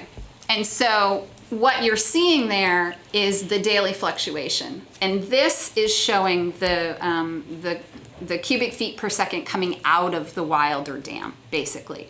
So you see it, it would be like 800 CFS, and then it would zoom up to 10,000 while they're generating and drop back down.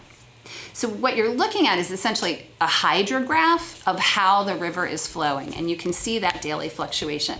The green one there, the really big spike that goes up, that is Tropical Storm Irene. Mm-hmm.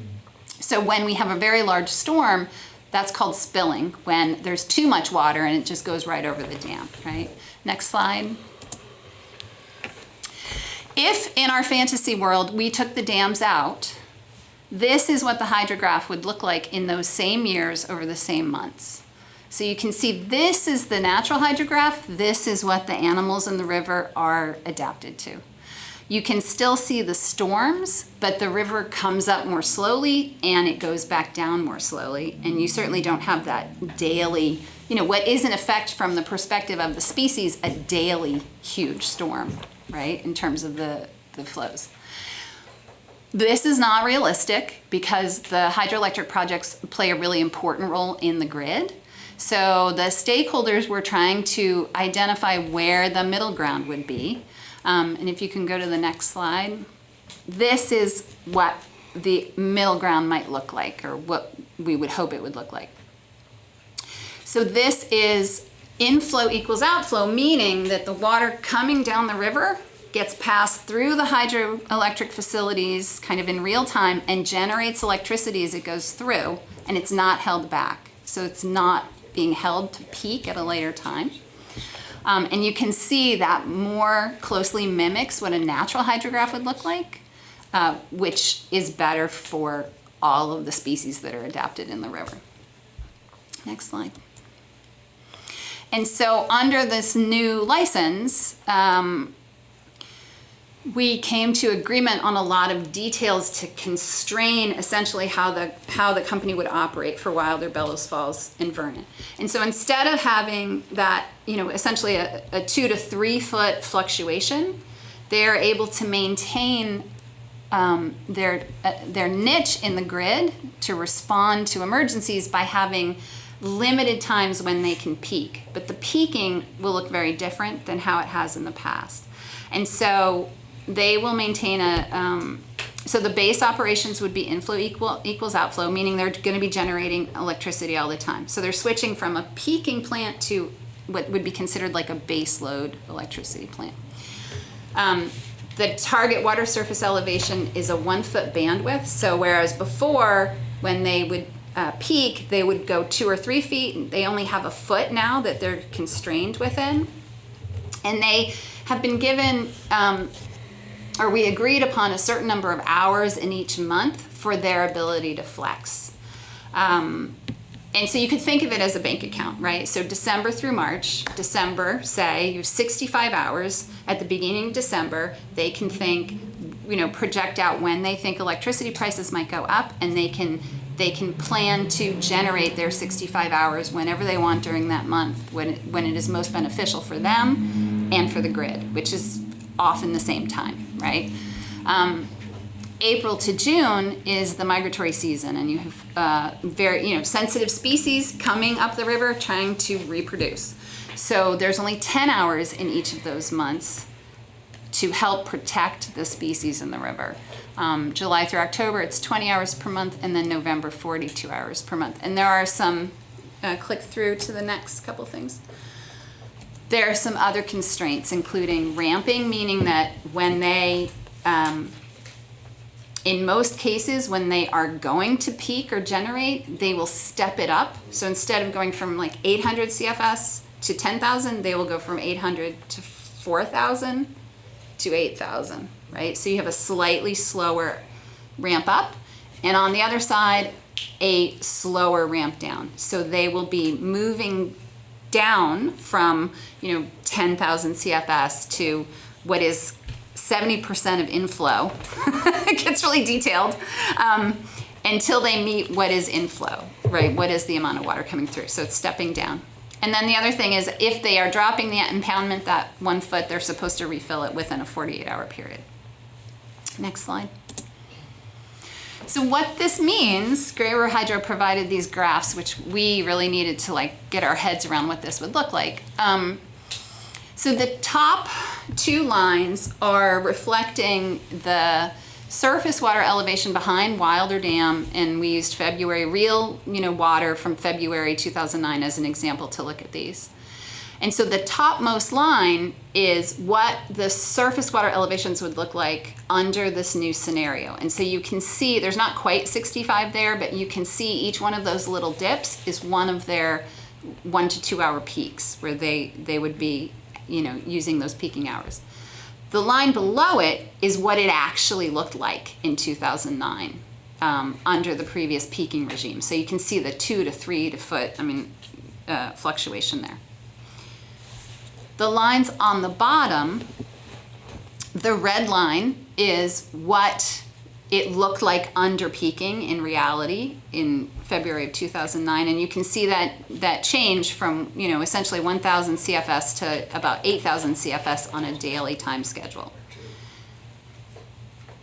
There's a green dotted line, and there is I think it's purple, proposed ops line. The green dotted line is that inflow equals outflow. So if they weren't doing anything, what the water would be doing. So that's your natural hydrograph. The purple line is what they will be releasing under the new operations. So you can see that much of the time they're following what would be the natural hydrograph, and then when they peak, it goes off that line a little bit and then quickly comes back to meet it again. So this we're really pleased about. Basically this is going to be a big improvement for the river, and we felt like, the company was transparent, and we had some disagreements in these conversations, but the conversations were really good, and we're very pleased. Next slide. Just another example. They actually modeled 4 seasons for us in, I think, 5 different years, so we could capture wet years, dry years, etc. This is August from 2009. And the other thing you can see is that over the period of time, there will be more water in the river, so we will have less times when that water level is kind of dropping, so it's more steady. Next slide. So some of the critters that rely on the river, just so you get to meet them. The things you don't think about, right? There are endangered beetles that live on some of the islands, cobblestone tiger beetles. There are 12 different species of freshwater mussels that inhabit the river, 8 of which are endangered, primarily probably because of the dams in the river. Special little toad that likes to live below the Vernon Dam. So, the dragonflies, when they are, and I'm not a scientist, so, they actually climb up out of the water onto the bank and they have to dry before they lift off. So when you think of the water level changing, that can wipe out a whole dragonfly brood. Next slide. So as I said, we think this is great. It's going to improve aquatic habitat, benefit the ecosystem. Keep going. Thanks, Patrick, for being my... And the other thing that's really important for the hydro company is that it maintains their access to the various markets that they are interested in accessing. It maintains their niche in their ability to respond to the New England ISO when they're called on. So it is really a win-win. Next slide. When we had those discussions, the only thing we talked about was the operational scenario. So we were waiting for their final application to be submitted and to see what else they would include in that application as mitigation for the impacts of the dams. Because the bottom line is the dams are still there and they're going to be there. And so under FERC relicensing, it is incumbent upon the companies to mitigate for those impacts. So we didn't have conversations about recreation. There were not yet conversations about fish passage or enhancements to fish passage. There were no conversations about erosion, although we feel that this change is going to help significantly. And there were no conversations with the native people about cultural resources that we're aware of. Next slide.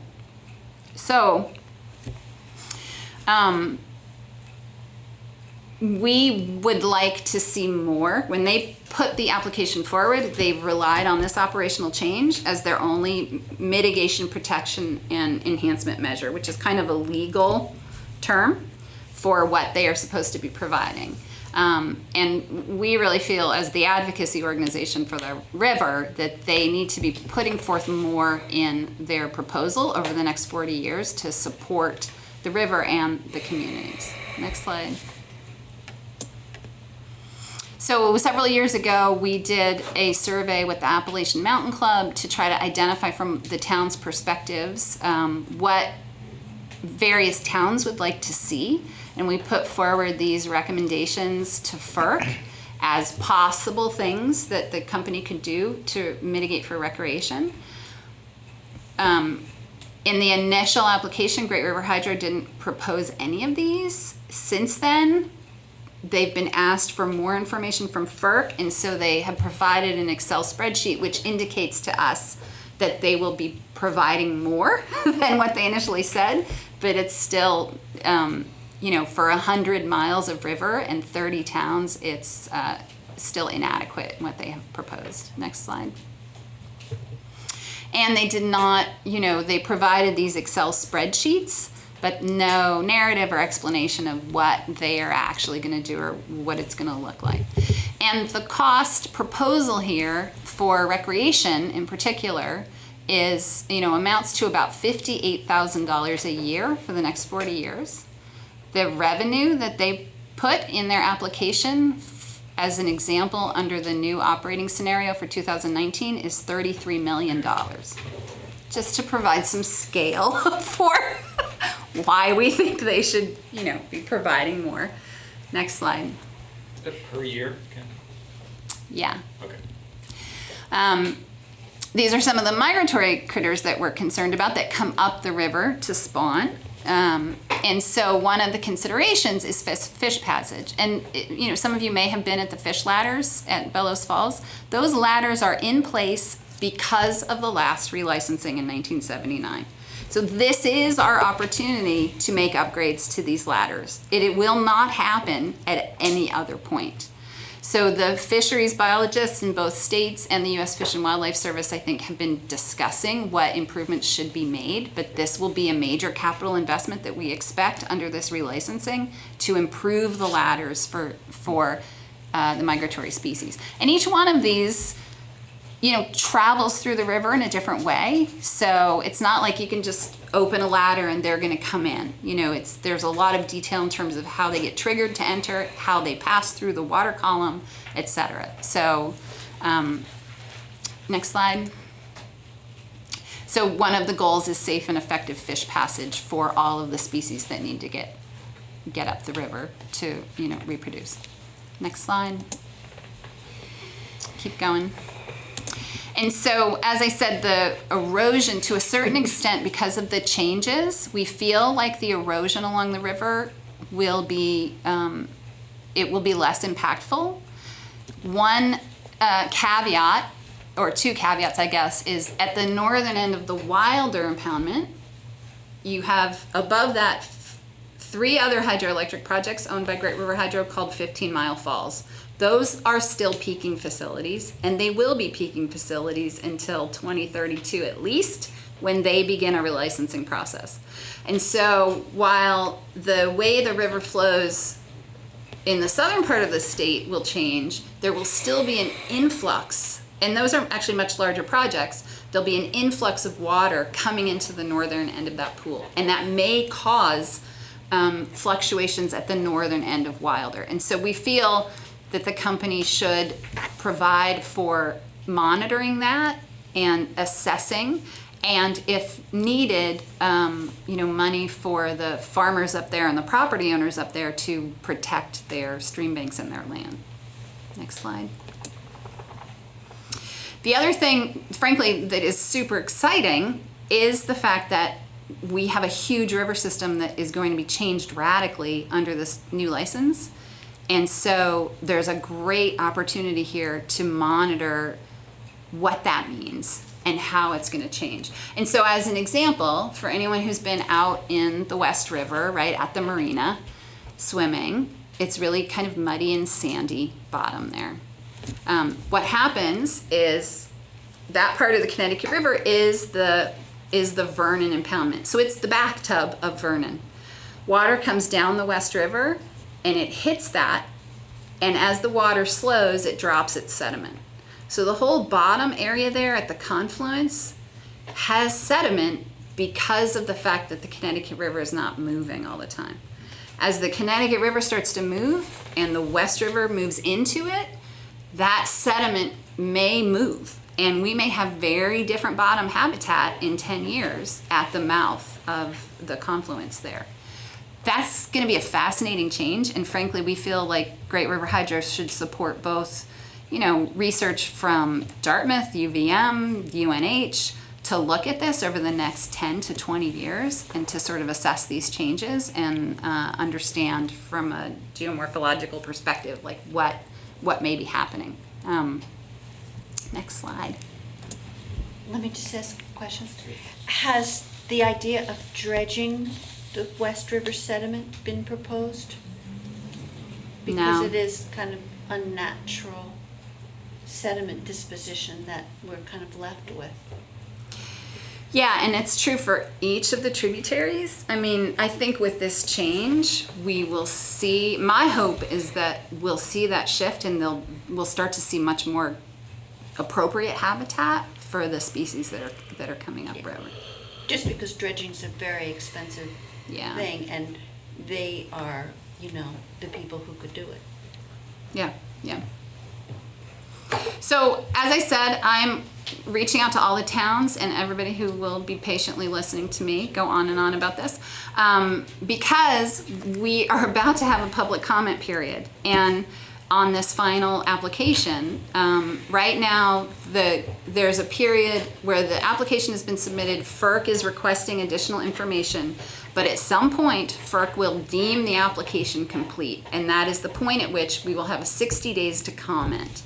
If we don't comment to FERC, they will allow the companies to do whatever they proposed. So it is really important that anyone who has an interest in the river have put forward what they would like to see for the next 40 years for the river. And for the towns in particular, there's consideration of, if you were to dream about the town and the recreation economy, like what would assist the towns, what does that look like? So we're sort of doing this education and outreach to get the towns and other organizations ready to comment. And we don't know when that comment period is going to open. We are thinking, sometime in the next month to 4 months, assuming something doesn't go wrong.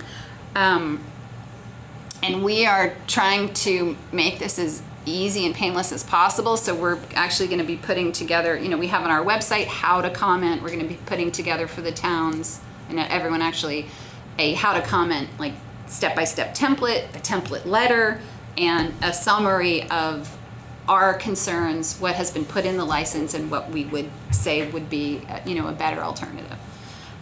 We've been doing, on our website, we have a bunch of webinars we've been doing monthly webinars. So coming up on July 14th, we're actually doing one to dig into the economics of the facilities and talk about, how they make their money, how the markets work and whatnot. So we've just been in this heavy educational phase to sort of bring everybody back up to speed in this 10-year process and request that all of the communities engage on one level or another so that we are serving the best interest of the local economy. And the one thing I would add to that is, in my role as river steward, I work in both states, and so I consistently see the seats of power, the population, and the strongest economies are on the other sides of the state, right? It's in the Burlington and Montpelier area, and on the New Hampshire side, it's in the Concord and Coast area. So there's a huge potential for the Connecticut River, we feel, to be a kind of a recreation economic engine in the region. And it is logical, since Great River Hydro controls the whole river, that they invest in that and help the communities to support our local economies in that way. So that's one of the comments that we would be putting forward. So any questions? Sorry, that's a lot. I know. Welcome to my world. Just wanted to see if do you want to discuss break, or do you want to? Yes, I think we should. Kathy, can you bear with us while we have a break, because we always promise our translators an 8 o'clock break. Yep. I do have a question. Great. For after the break. For after the Just break. To give you the feedback. Okay, good. I think we all have questions and comments. Let's reconvene at 8:15. Thank you. We're reconvening, and again, I thank Kathy Urffer for her presentation and her patience, and I think we all have questions and comments. So Tim would like to begin. I would? Oh, okay. Yeah. Thank you. Great presentation. I thought it would be dull, and it wasn't. Probably mostly because of you. But I think it's a really important subject to talk about. And I wanted to ask you about if you've been involved with any of the discussions around the existing bridges committee and all of the great opportunities that are hopefully coming down the pike pretty soon related to the new bridge construction and all of that. Right, I think that's a perfect example of, so for the town of Brattleboro, when you think of our riverfront, right, and where the assets are, that's a perfect example of something that I would include in comments for Great River Hydro to figure out a way to support, right? And that support could look like a fund that towns apply to. It could look like acquiring property and building another access area for boats, for motorboats and or canoes and kayaks. It could look like funding for marketing. And one of the other things about the river is over the past, decade, there has been the Connecticut River Paddlers Trail. So you may know about the Northern Forest Canoe Trail. There's a paddler's trail that is the length of the Connecticut River. And there's a website and now an app for your phone. I don't have my phone here. Where there's primitive campsites that you can only access from the waterway. And so people can come up from Connecticut, put their boat in the water at a boat access area, paddle, camp, paddle another day, get out and stay to B&B and have a nice dinner, paddle another day and camp, right? And so Brattleboro is, would be one of those potential destinations for those type of people who could use the river, right? Like they can literally pull up next to the Whetstone Station, have a beer, and then go sleep at the Latches if they want to break, right? And then paddle down to the next campsite. So So a lot of opportunities there yeah. as well. Yeah, and so I think the redevelopment of that island is a perfect example of a great recreational opportunity that Great River Hydro could potentially help the town invest in or support. Yeah. Great. Ian? Yeah, thank you so much for the presentation. Is the transitioning of peaking facilities to base loading facilities a novel concept or something that's been happening across the country? I'm assuming there are dams that do this in other parts of the US. I think I can't speak. I mean, I'm really focused in this area, so hard for me to speak more broadly. What I can say is that there's a lot of changes happening in the electric grid, right? Mm-hmm. There's a lot of wind and a lot of solar coming online. And there's, because of wind and solar, there are now big battery storage facilities coming online. So the whole way that we are producing electricity is changing rapidly.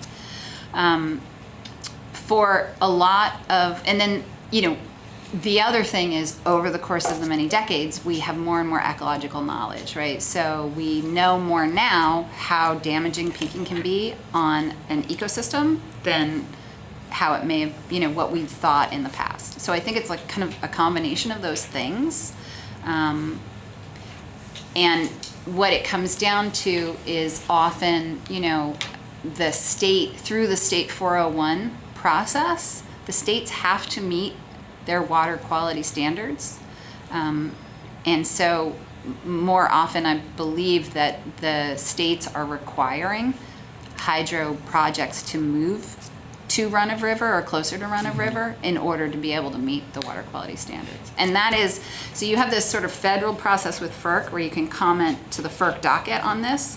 The next step will actually be a whole other public process in both states, or all three states, I should say, Massachusetts, New Hampshire, and Vermont, where the states get to issue a 401 water quality certificate, and there'll be an opportunity for public comment on that as well.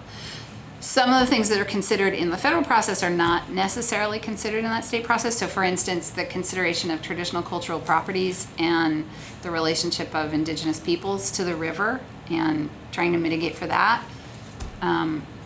doesn't necessarily come up under our water quality standards in the state, but recreation does. So One follow-up question? Sure. So kind of what you just spoke to leads to my other question. I was blown away to hear that it's 40 years. Like, both our knowledge of how these dams impact the environment is only getting better and more expansive, and then green technology is only getting better. And is there any initiative or work to shortening the time so that these things can change more rapidly? The reason why it's like that is because of the return on investment required when you initially built a dam in 1943 or whatever, like when we were building these dams. So yeah, we question that length of time. It would take an act of Congress, frankly, to change that, and we'll see. It's difficult because you can't, like the way the regulatory structure is set up, you really can't access. Like once the license has the articles that are laying out what the company has to do, it's very difficult to revisit it. It can be revisited sometime through the fisheries biologist if there are changes in, needing to protect like migratory species or endangered species, but even that is difficult. So it really does feel like you get this once in a lifetime bite at the apple, which seems wacky, but yeah. Thank you. Yeah. Anyone else?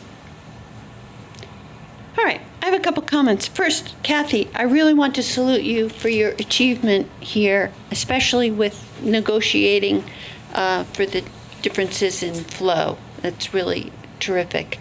And I also applaud your desire to not stop there and to keep pressing for concessions for amenities and so forth. I think that's great. And I'm sure that the town will want to comment and will want to discuss with you various ideas we might have for commenting. So I would invite you to come back so that we can have that conversation when the time comes.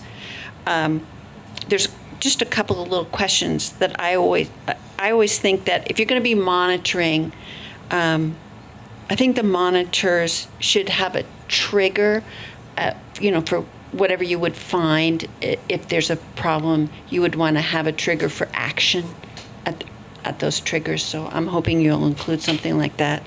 And I assume that the some of those species that you put up there, I know the National Marine Fisheries Service has a habitat concern for some of those. So I'm sure that they're involved, and I'm sure they'll be very helpful to us. And again, I just look forward to working with you to have a really good comment letter, because I agree with you. This is a once-in-a-lifetime chance we have, and to make it great. Thank you. Any I other- don't want to take the credit for those negotiated meetings. There were many stakeholders involved, including the Nature Conservancy staff from both states, U.S. Fish and Wildlife Service staff, et cetera. So I was in the room, but I was among many peers. Well, that's great, and I'm really glad that you were in the room where it happens. Any other comments? So we'll thank you very much, and welcome you back whenever the time is right to begin our comment process. Great. Thank you so much. for Thank the you. time. All righty. That was a Hamilton reference, right? Yes, it was. I thought. All right, what's next? FY '22 property tax rate setting. Mr. Elwell? Thank you. Oh, and by the way, let me just mention that we have been reminded to speak into the microphones, especially when we're turning our heads. So there's a memorandum from Patrick in the Select Board's backup dated July 2nd. It was late-breaking news last week. We actually were working up until midday Friday on trying to present to you the memorandum you're normally looking at this meeting that has a couple of tables in it. It explains how the tax rates are calculated and also the impact of this year's tax rates on property owners in Brattleboro. So you can see in real dollars and cents how real homeowners will be affected. We were unable to present that to you and changed that to this memorandum because the state of Vermont has not provided the information that we need related to the education property tax that usually is provided either on the 30th of June or the 1st of July. This year they've advised us that it'll be coming the week of the 12th of July. And so we will advise you when we've got the information and how that's been turned into the memo that will transparently show to you and the public how that is calculated, and it'll set forth the rates. There's no decision for the board to make, but the board is obligated under state statute to take the ministerial action of approving the calculations that we will present to you. That'll show the information from the state, the information related to the town's budget, and what numbers need to be adopted. So that'll be provided to you when we're able to provide it to you. We'll be in touch with you in terms of scheduling a special select board meeting for as soon after that information is received as possible, so that you can take that action and then the bills can be printed and stuffed and mailed. We're still striving to lose just a week in this process. Normally that would happen by the 15th of July, and the due date for the first payment on quarterly payment of taxes would be the 15th of August. This year, because the 15th falls on a Sunday in August, it would actually be the 16th.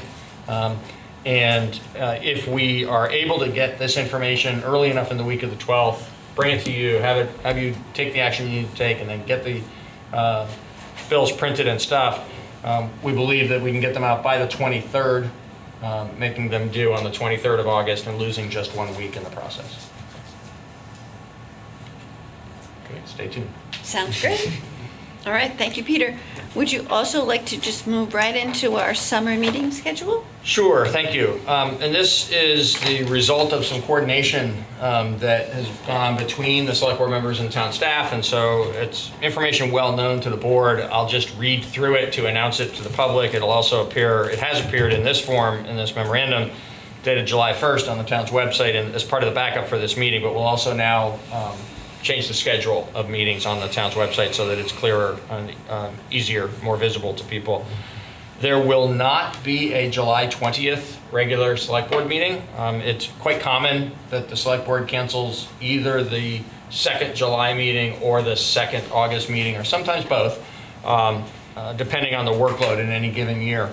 And so this year, the July 20th meeting will be canceled. There will be a regular August 3rd meeting as scheduled, as normally scheduled. And in August, there's going to be something that's just a little different. The August 17th regular meeting will be canceled, but there will be instead an August 31st special meeting, which will be the long anticipated first review of our progress in implementing recommendations from the community safety report. So we've indicated since back in March that that first review would occur in August. We looked at the 24th and the 31st, and the 24th was not possible for some of you, and so the 31st will be the night on which we have that sole purpose of coming together around that topic. There's no action for you to take unless for some reason some complication has arisen. Otherwise, that's our summer schedule. Thank you, Peter. All right, would you also like to introduce the topic of our select board goals? Sure. So each spring, the select board adopts goals, and then in the following 3 quarters, in July, and then in October, and then in January, we review the progress in implementing the goals. So this is the July first quarterly review. I'm not going to go item by item. That's been available to you and the public since last Friday, and it'll remain out posted on the town's website for people to see the progress that we're making. What I would say is what has been consistent these last few years and appears again in this document is the degree to which the goal setting process achieves its purpose, right? So in the spring, you're talking about the things that are the most important. They're not the only things we're going to work on. We're going to work on other things too. We know that there'll be some things on this list that we make more ready progress on than others, some things that lag. But overall, the purpose of this exercise back in April and then as we go throughout the year is to keep us focused on the things that are of the most significance for us to be working on throughout the year. And some of them are more staff actions to implement the direction we've received from the select board, and other things are policy decisions that need to be made by the select board as we go through the year. What I believe this reflects, to varying degrees, but overall pretty significantly, is quite a lot of progress for our first quarter, especially. Sometimes we need a little time to address things coming out of town meeting and then build momentum through the year. For our first quarterly report, there's progress on almost every item. There are a couple where we identify that it's something we will get to, in the next quarter or as this year goes forward. But more than half of them have material progress, and a couple have actually been accomplished. So I'm happy to speak to anything that might require amplification or clarification. Certainly, board might want to reflect on whether you think I've accurately represented the progress being made, but you'll keep addressing each of these in greater detail as they come to you for action and as we report to you on our actions taken. But as a check-in, I believe it's an indication of significant accomplishment for the first 3 months. Thank you, Peter. Okay, so rather than discussing each, getting into the ins and outs of policy, we'll just discuss this roster as a whole. And Dana, do you have comments? Yeah, I have a comment. Yeah.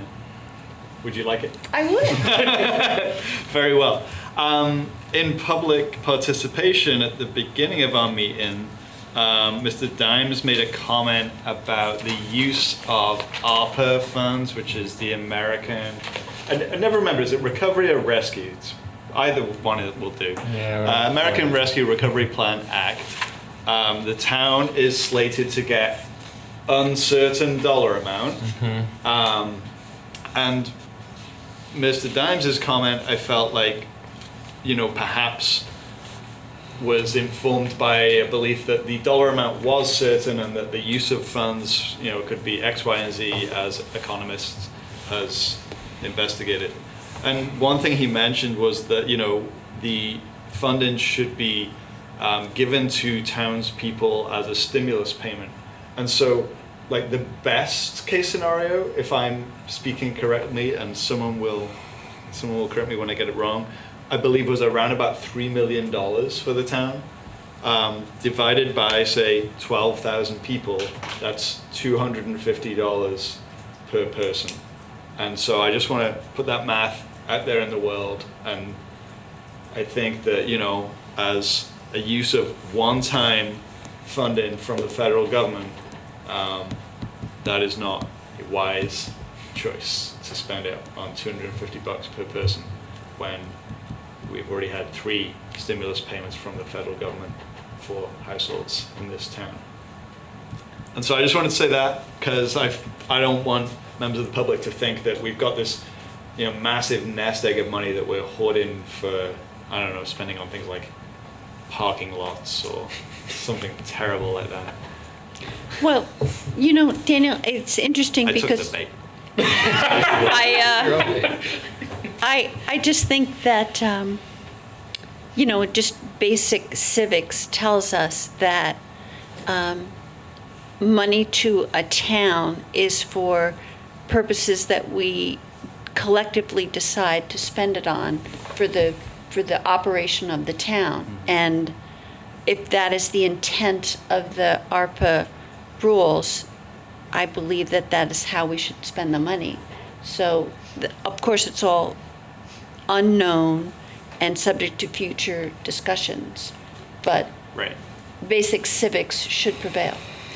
And that the rules for how to use that money are still in flux. Yeah, if I might. Yes, add please. to that. So that's an area where actually we had anticipated if this was reflecting what we all, I think, collectively thought would happen when you were setting these goals in April, this would actually be one where we would have made more substantive progress than we have. The reason we haven't is because the rules related to exactly what is and is not allowed, and some of the rules related to the tracking and reporting on the money are not yet, they are yet to be published. There's some draft information available. There's some that's not even that far along, and the U.S. Department of the Treasury will be publishing rules by which we all have to govern our actions. So the fact that there are 3.5 years remaining before these funds have to be spent by the end of 2024, and the rules are not yet clear, is a good reason for us to be patient in getting sort of to the starting gate and then going on. And there's a complication specific to Vermont and just a couple of other states that is especially frustrating. The delay is one thing, especially with a big, complicated new program. But there is a misunderstanding that could have been avoided and should have been avoided, and that Vermont officials tried to help the federal government avoid, that nevertheless the Department of the Treasury failed to avoid, which is understanding that there are certain states in the country that don't have county government to speak of. There are counties as geographic places, and in most states, including Vermont, there are county court systems part of the state court system, and so there's some activity that goes on at the county level. But in Vermont, more so than most other states and a few other states, there's almost no county government to speak of. And so there's a lot of services that are provided by municipalities that in other states, most other states in the country, are partially provided by counties. The formula that has been initially promulgated by the federal government related to the distribution of the funds allocates a certain proportion to counties and a certain proportion to municipalities. And it's a greater proportion to counties than to municipalities. And so what we had at one time anticipated to be $3 million for the town to work with through this program, at this moment is only $1 million. Because $2 million of what was expected to be sent to Brattleboro is now expected to be sent to Windham County, which doesn't exist, at least not for the purposes of delivering services to the public in the way that the federal government envisions, and what is actually true in more than 40 of the states. The Vermont officials and other officials from other states where this is true about small county government have made this point and initially thought that the county allocations would be divvied up according to a population formula to the municipalities, which is why we actually had a number we were working with that the state of Vermont had advised us. They thought that Brattleboro's allocation through that scenario would have been about $3 million. There is still lots of hard work going on trying to fix this problem, and we still hopefully will be in a position where there'll be $3 million available for the decisions you will make once we know the rules. But as of right now, we actually only have $1 million, and no guarantee that that problem will get fixed. Thanks. Anyone have other comments? I was just going to add on to remind people that our total municipal yearly budget is around $19 million. So we're not talking about a huge amount of influx of funds, whether it's 1 or 3. So we have to be careful how we spend it. That's good perspective. Thank you, Tim. Anyone else have comments on the list as a whole, our goal setting and the response that Peter has prepared?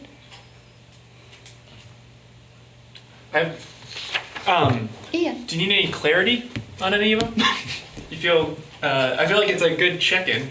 Yeah. Are our goals clear enough, and you feel like? Yes. My perspective is based on the setting that you did and the discussions we had at that time, and the direction you've provided since then on some of these, but not all of them, because some of them have come back to you for policy direction. I think staff has plenty of direction. What I would say is we always welcome clarification or amplification that you want to give us if you think we're not headed in the right direction. Great. Great. I just wanted to make a comment on the cannabis, just to check in. Is there any hint that we have any more information than we did before? Because we're still dealing with a situation, I believe, that we have, the state is going to decide how we're going to go ahead and form our cannabis commission. Right. The state has just created the statewide cannabis control board. Right. And so, right, that is both at the state level and we anticipate at the municipal level, that is work that'll be ongoing, but is an example of something that has not really begun in earnest yet. Okay. All right then. Anyone from the public have any comments on our goals? Are there any comments out there, Patrick? No. All right. We should reintroduce the chat feature. I feel like that would be helpful. No. We're not going there. All right. Great. Well, then, no action is required, and we'll just carry on. And I thank Peter and his staff for this action. Next is town committees and boards. We have one appointment to make. We have one appointment, and that is Joel Martell to the town's Energy Committee. And Mr. Martell has been a member of the Energy Committee, and he's certainly well qualified to the Energy Committee. So I would suggest that if someone wanted to make a motion, we could appoint Mr. Martell to the Energy Committee. Can I just say so moved? Please. Okay, all in favor of Joel Martell being appointed to the Energy Committee, please say aye. Aye. Aye. All right, 5-0. So there is only one more motion that I would entertain. I will move to adjourn. Thank you, Tim. All in favor of adjournment, please say aye. Aye. I want to thank the press and thank our translators and BCTV and, The public. as always, Patrick and the public. Thank you. Good night.